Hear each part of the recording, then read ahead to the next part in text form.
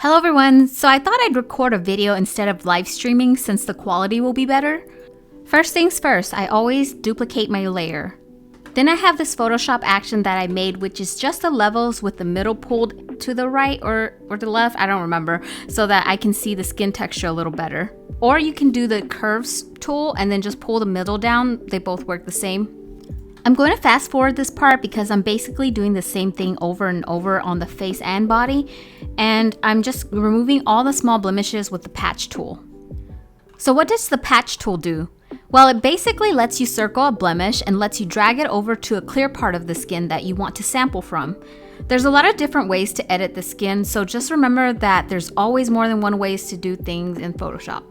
One thing I want everyone to keep in mind is that no one is perfect, and no one's skin is this perfect when you zoom up close. The reason why I retouch these small blemishes or distractions is so that you will focus on the person and not their skin textures, especially when you're gonna print this photo really large. My rule of thumb has always been to never remove any prominent scars or moles unless I am asked to. I usually remove acne or other blemishes because usually those disappear after a few weeks.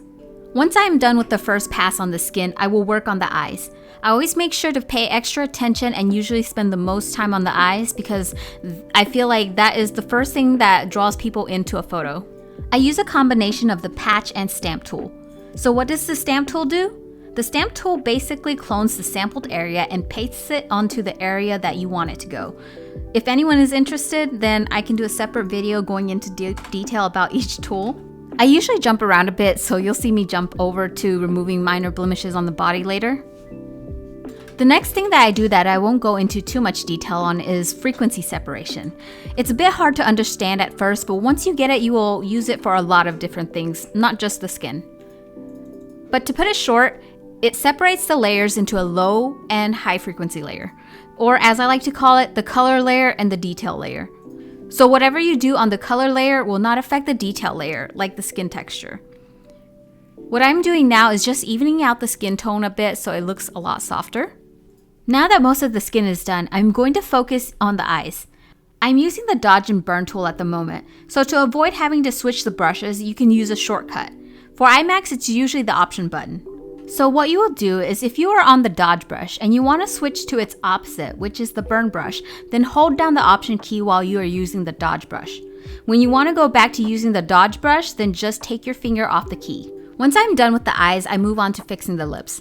I just try my best to even out the color and make sure that the edges look good. The reason why I keep the original layer is so that I can toggle back and forth and check my progress. Once everything is almost done, I will use my frequency separation action and highlight and contour her entire body. You want to do the entire face and body because it will look weird if the only place that you have heavy editing on is the face. So the reason I turned the image black and white is so that you can see the shadow and highlights better. They always say if you can make the black and white look good, then the colored version will look even better. Next, I'm just using Liquify to even out the bump in her hair. I'm pretty much done at this point, but I'm just going to add a little bit of grain back onto the image.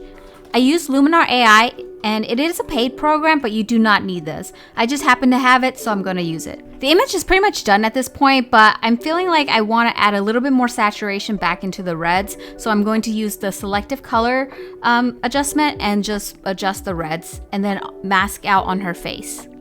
We are finally done with the image. This took approximately 28 minutes total. And I'd like to go back and forth with the original image to check and make sure that I don't overdo anything. And that's all for this video. Let me know what other videos you would like to see in the future, and till next time, bye.